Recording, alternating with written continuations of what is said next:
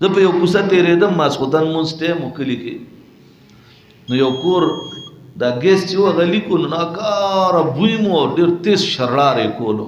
ما ورته ورډبولو خو زر مې وویل جمع را نزیز جمع له لاړم مونځ مې وکړو هغې نه بعد مونږ درس هم وکړو درس نه بعد ښه په قلاره مېلمانه مو واپس چې راتلم بیا هغه شور هغسې و ما ورته ورډبو یو زنانه کوڅې له راغله وایي څوک نو ما ورته زر خپل نوم وایي ښځې ښه خیر خو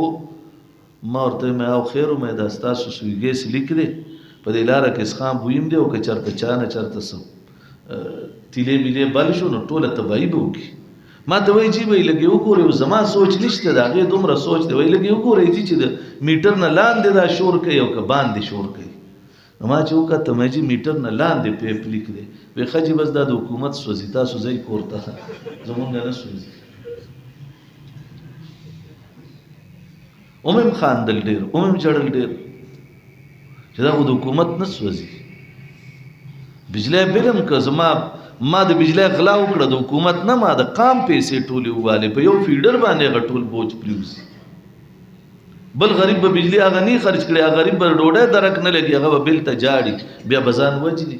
دغه ځان وجلو کې زه هم شریک شوم